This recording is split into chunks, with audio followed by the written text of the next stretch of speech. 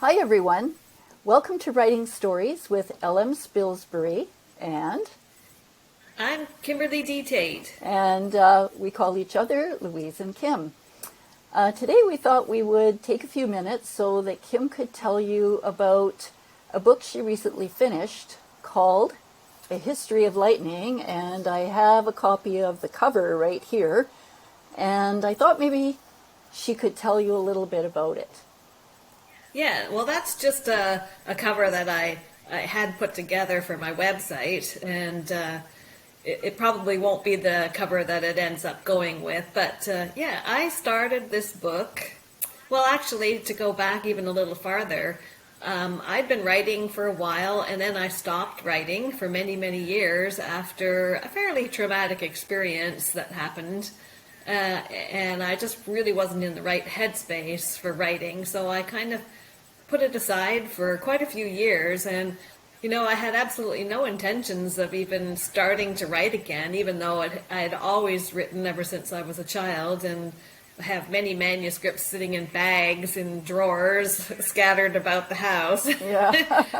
But I really hadn't had any desire to start writing again. I was still kind of dealing with some trauma that had occurred. But anyways, you know, I was at work one day, and we have these rather large coils of rubber, and we have to take the plastic off these coils of rubber. So, I was pulling these plastic strips of plastic off the rubber, and it's really dry and where I work, so I was getting these really terrible shocks, and I wasn't even touching the metal, and I was still the static was jumping, and I was getting these really painful shocks, and I was kind of cursing and swearing under my breath. But I sort of thought, I got to thinking to myself, they're they're strong enough that I wonder if they would start your heart.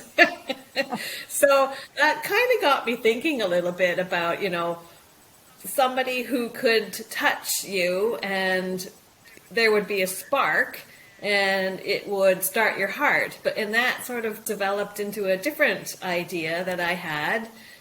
And, my father had passed away fairly recently, and I do believe that there is divine intervention in our lives. And I was sitting there at work, and I was mulling this over, the story idea, and all of a sudden, this entire book plopped into my head, Wow. from the start to the middle. I had all these scenes, and I knew how it would end. I knew the characters. I knew the character arcs. It was just something that had never actually happened to me before. And because I'd been sort of thinking about my dad, I sort of thought, geez, I wonder if he gave me the story. So, I could have said to myself, no, I'm not going to start writing again, but it was kind of a leap of faith, and I thought, no, I'm going to write this story. And I didn't even have anything to write on. My computer was 100 years old. Oh, dear. And I didn't even know if it would turn on. And so I went and I bought myself a cheap laptop.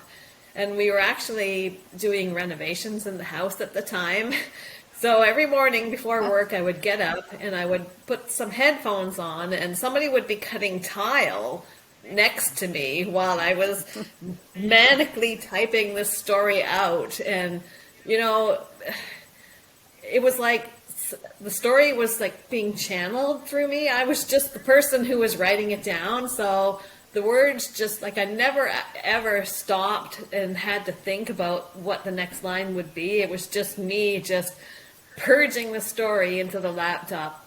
Wow. So that's how the story of A History of Lightning came about. And now, after the first draft was done, of course, your first draft is always going to be messy, and you haven't quite got the themes down properly. And, there was a lot of things that I had to think about. And I actually decided to look for an editor, something I had never even considered doing in the past.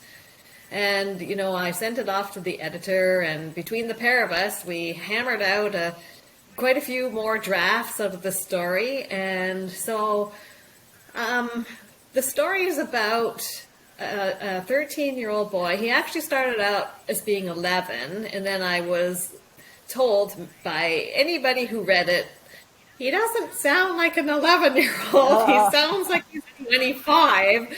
So I was like, oh crap, So then he became 13 years old. So anyways, it's about a 13-year-old boy living in the 1930s Dust Bowl era of Oklahoma.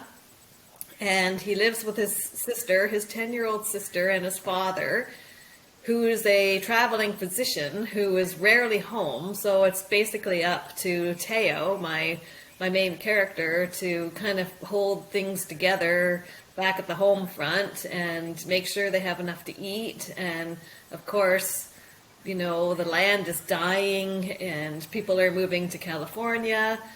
And, I like to throw just a whole lot of stuff at my poor characters and make them suffer. So I actually gave him a very serious heart condition that he's also, he realizes that he probably isn't going to live very long. So, he has to deal with that on top of being hungry and his father not being home. And so as if that wasn't enough for this poor dear soul, his father is hiding quite a few secrets. There's always family secrets, the skeletons in the closet.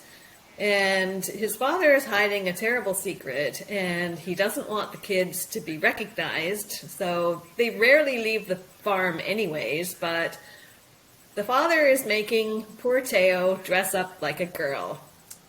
Okay. And I decided to put a boy in a dress.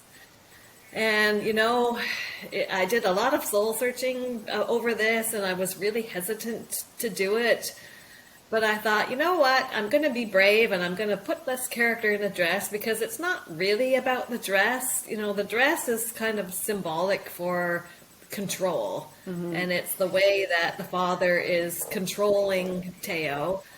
And of course, his character arc is him learning over the course of the story how to take the control back, which is something I think as a rite of passage, and it's a coming of age theme that gets touched on a lot, is how do you have agency over your life when you have no power at all.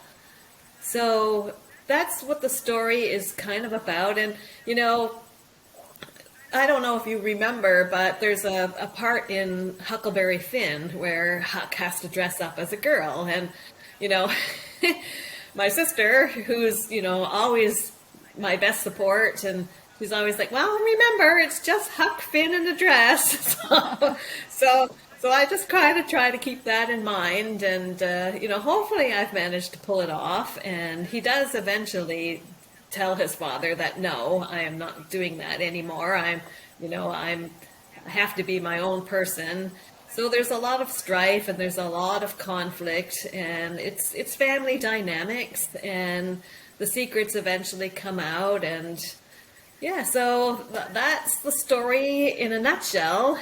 Yeah. Well, I've read one of the drafts, and I know that Tait in a dress is something that you always keep bringing up. But when I was reading it, the story was so engaging that really didn't seem like a big deal. It was just there, and it wasn't something that was resonating front and center, that this kid's wandering around in a dress. So, I think it was well written that the character conflicts and the story conflicts kind of overshadowed that. It was a very character-driven story.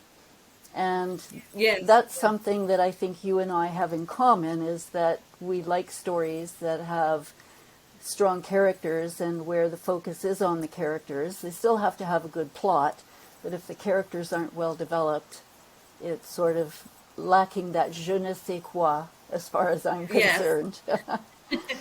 Well, it's interesting because any of the women who have read my drafts have never had a problem with Tait being in a dress. But the few men, now not all of them, but a couple of the men who have read it had a bit of a problem. And But that's okay. I mean, it's not for everyone. You're not going to please everybody. That's And it. I always, I try to take helpful criticism where I can get it. And but it was really interesting that none of the women had a problem with Teo being in a dress. Yeah. So it was kind of interesting, actually. Yeah. So Well, you've just touched on what is your target audience, and I think that's a very interesting topic for another day.